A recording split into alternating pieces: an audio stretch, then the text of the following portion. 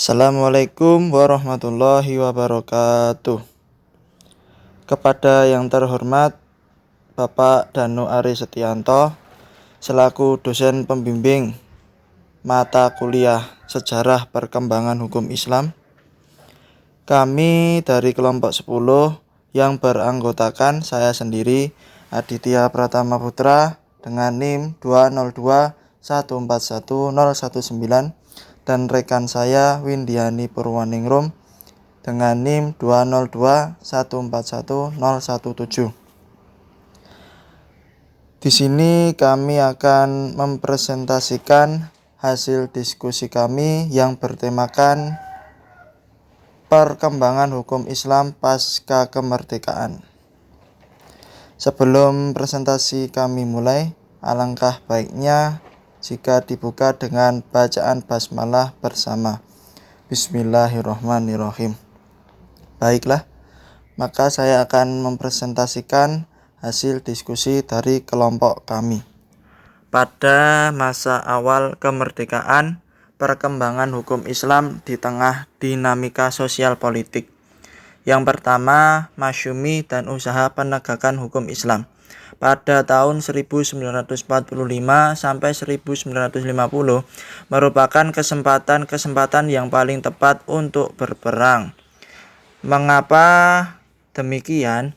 Karena pada periode tersebut dianggap sebagai periode solidaritas relatif dengan organisasi muslim itu sendiri dan organisasi sekuler. Jadi, pada saat itu mereka menghadapi musuh dari luar secara bersama-sama.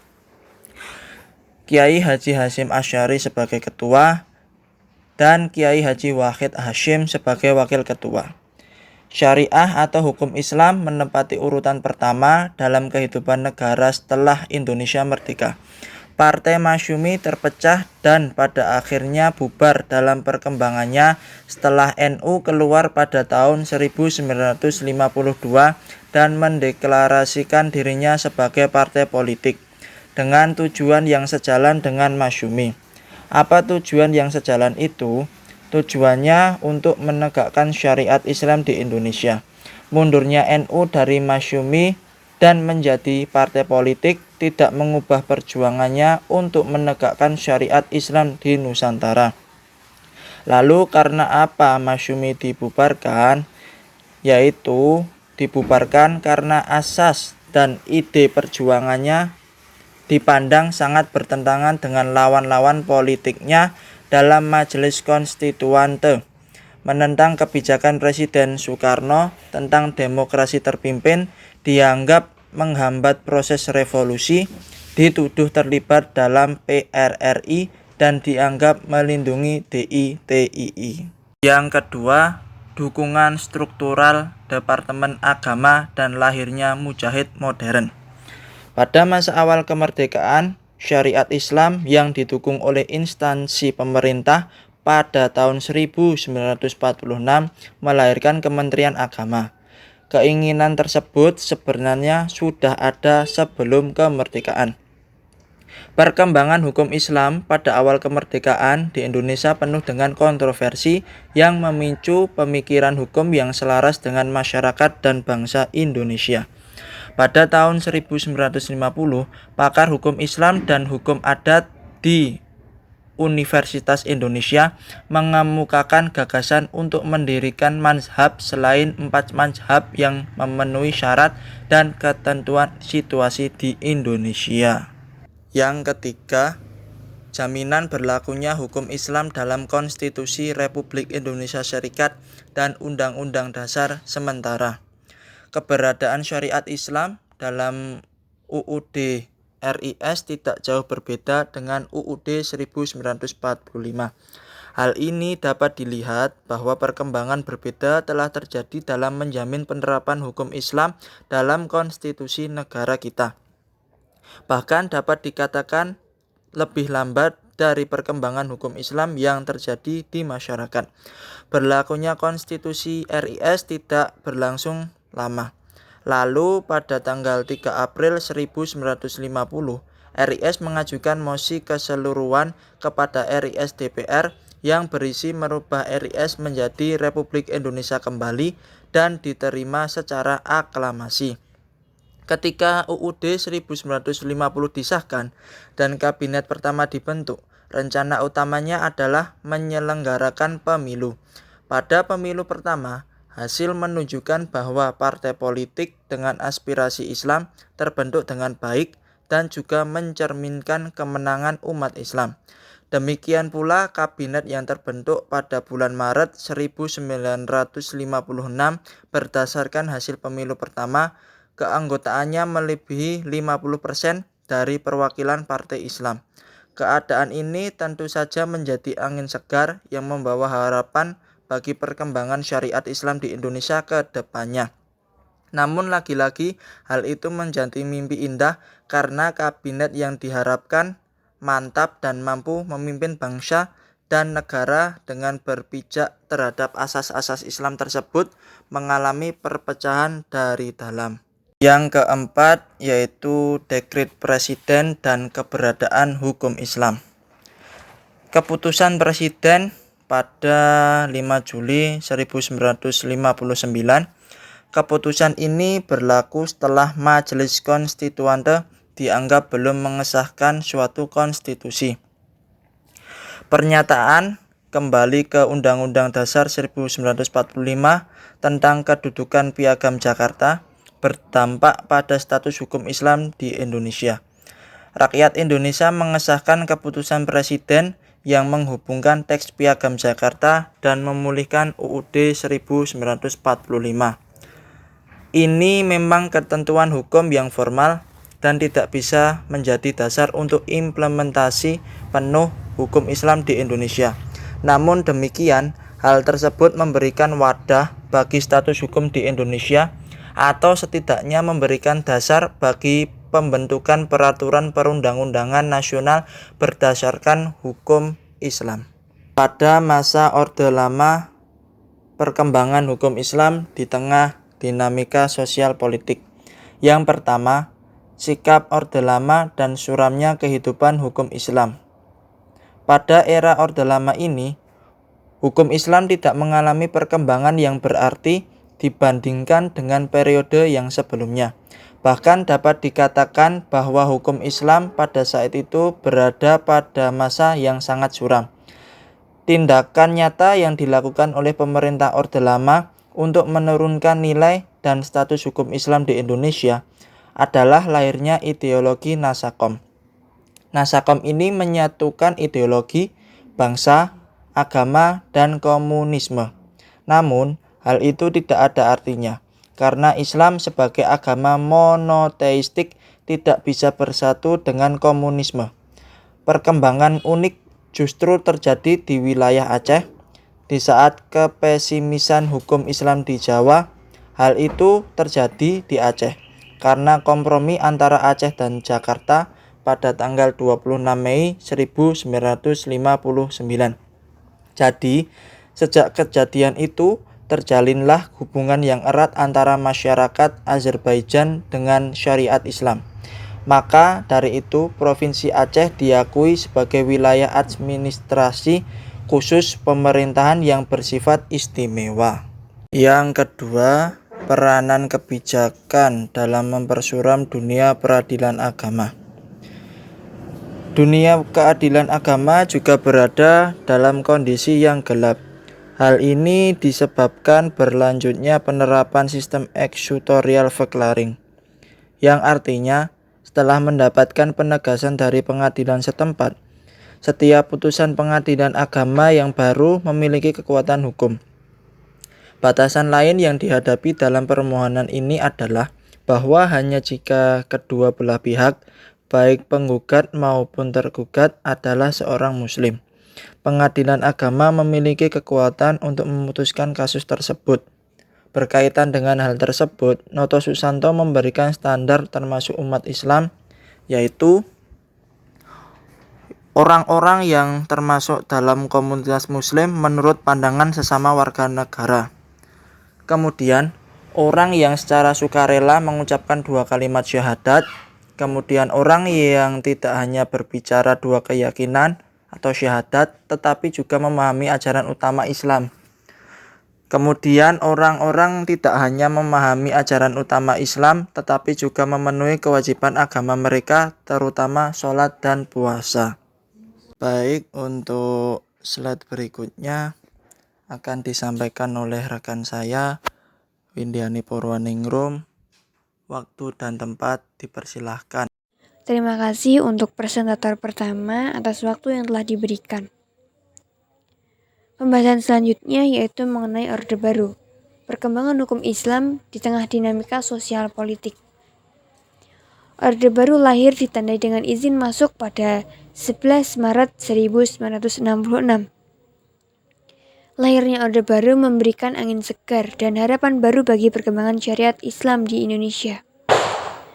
Beberapa hal yang menandai harapan baru ini adalah sebagai berikut. Pertama, jatuhnya PKI adalah musuh utama ormas Islam yang selalu bekerja sama dengan kelompok sekuler untuk menyingkirkan hukum Islam dalam tata hukum Indonesia. Yang kedua, pengaruh Soekarno dalam kancah politik nasional selalu menyangkal status hukum Islam dalam konstitusi dan perundang-undangan nasional. Yang ketiga, kelompok aksi mahasiswa Indonesia atau yang biasa disebut KAMI muncul sebagai perusak tatanan lama yang didukung oleh ABRI. Yang keempat, perjuangan organisasi Islam bersatu untuk mengutuk G30 SPKI dan mengusulkan pembubaran PKI dan partainya. Jadi, pada situasi Orde Baru ini disertai semangat yang baru juga, semacam romantisme kebangkitan gerakan politis Islam. Munculnya kembali keinginan lama untuk mendirikan negara yang berdasarkan Islam yang telah sempat gagal di masa silam. Kembali muncul semangat baru untuk diperjuangkan kembali. Keinginan itu timbul karena kelompok umat Islam merasa bahwa baik dalam pembentukan negara maupun perjuangan Orde Baru, mereka memiliki peranan yang sangat besar. Pada umumnya, untuk mewujudkan keinginan-keinginan politik ini, banyak opini politik pun menginginkan rehabilitas partai-partai politik yang telah dibekukan di saat Orde Lama. Banyak kalangan yang mendukung rehabilitasi partai-partai politik ini, diantaranya seminar yang dilakukan Universitas Indonesia, KASI, LIPI, demikian pula seminar Angkatan Darat II di Bandung. Bahkan, Persahi menegaskan bahwa pembubaran Masyumi ilegal dan konstitusional. Dan adanya rehabilitasi kedua partai tersebut justru menjadi perkuat Orde Baru.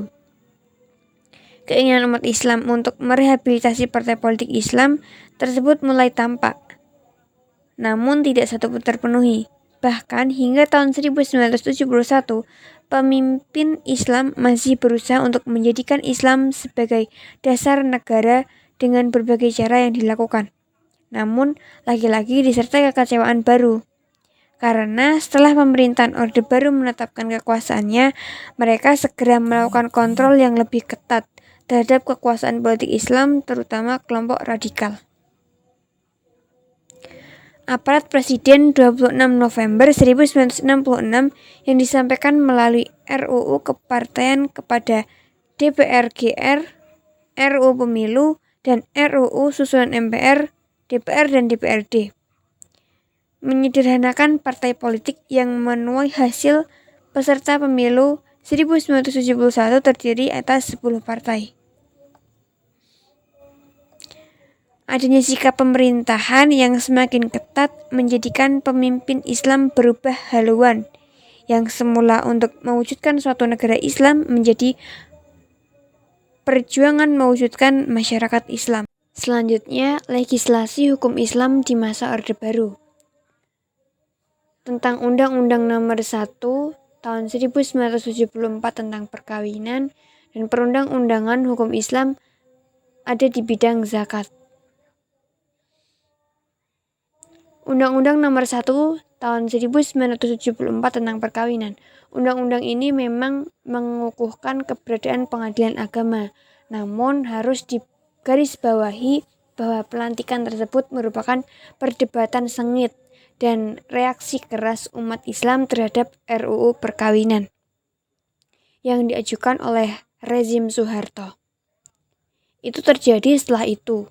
Sebelum diundangkan, ketentuan UU Perkawinan Nasional mengurangi yurisdiksi pengadilan agama dan bahkan mengancam keberadaan pengadilan agama. Salah satunya adalah pasal tentang yurisdiksi pengadilan atas perkawinan yang telah sepenuhnya diserahkan ke pengadilan negara tanpa memandang keyakinan agamanya.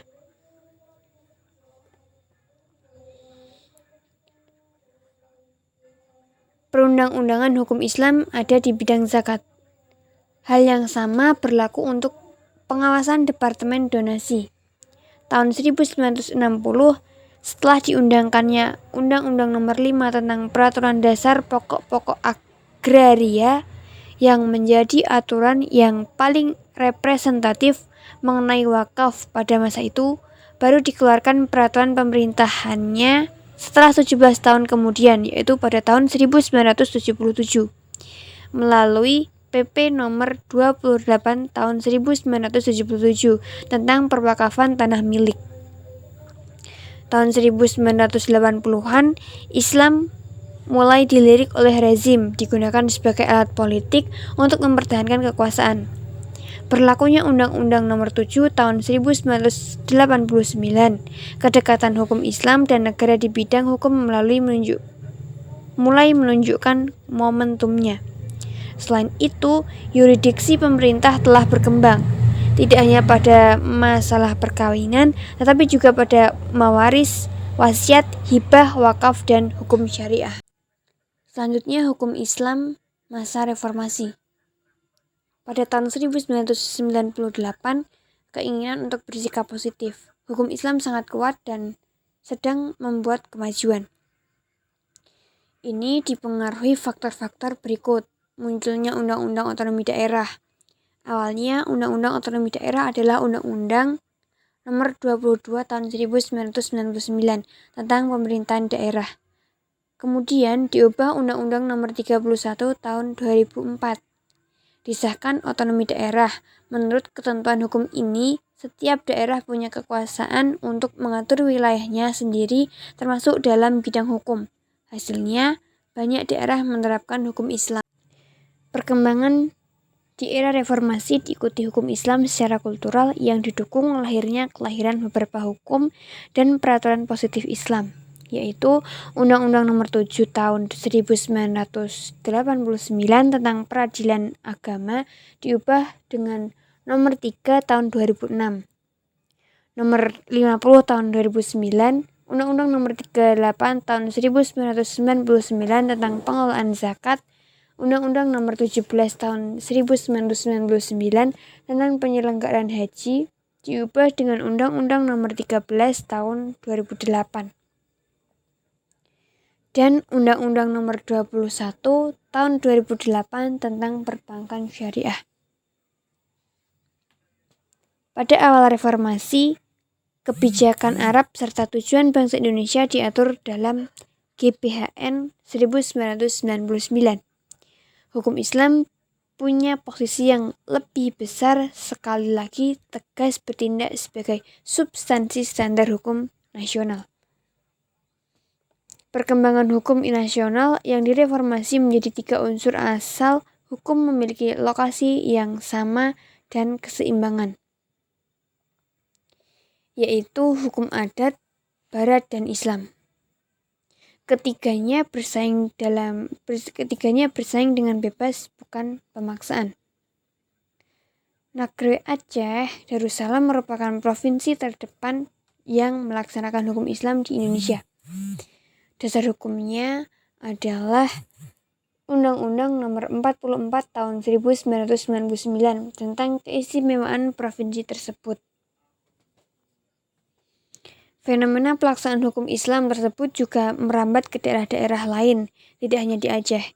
Berdasarkan prinsip-prinsip otonomi daerah, munculnya peraturan daerah bernuansa syariat Islam di wilayah tingkat 1 maupun 2, antara lain Provinsi Sumatera Barat, Perda Nomor 11 2001, perihal pemberantasan dan pencegahan maksiat.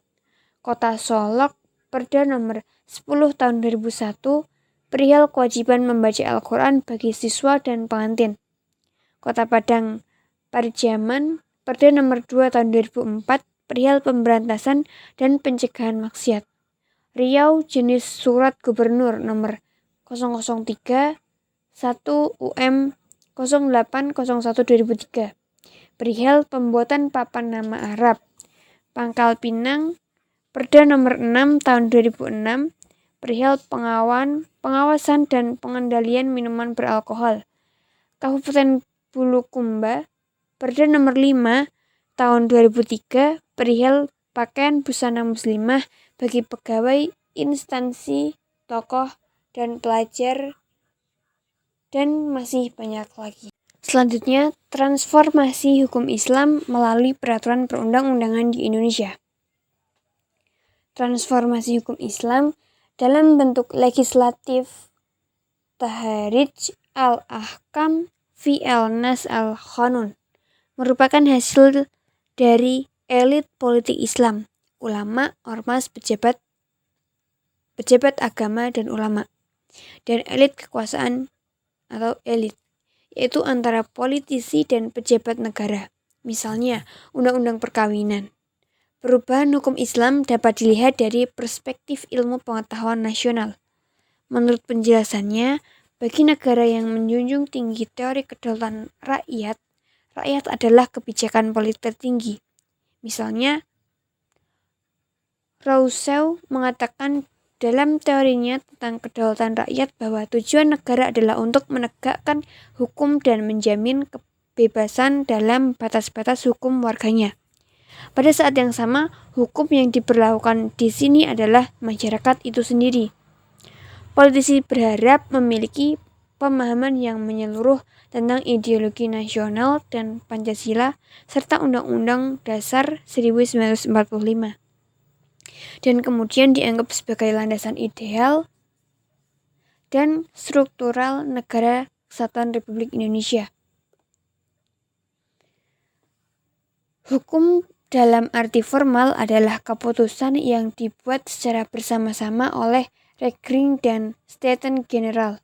Terlepas dari apakah mengandung regulasi atau regulasi, pada saat yang sama, hukum dalam arti material adalah keputusan yang mengikat secara publik yang dibuat oleh lembaga tingkat tinggi, regal, dan keluarga staton, dan lembaga tingkat rendah lainnya yang membentuk peraturan yang mengikat secara umum. Demikian tadi presentasi dari kelompok 10. Kurang lebihnya mohon dimaafkan. Wassalamualaikum warahmatullahi wabarakatuh. Untuk teman-teman yang ingin bertanya, silahkan menanyakan pada forum diskusi di e-learning IAIN Surakarta. Terima kasih.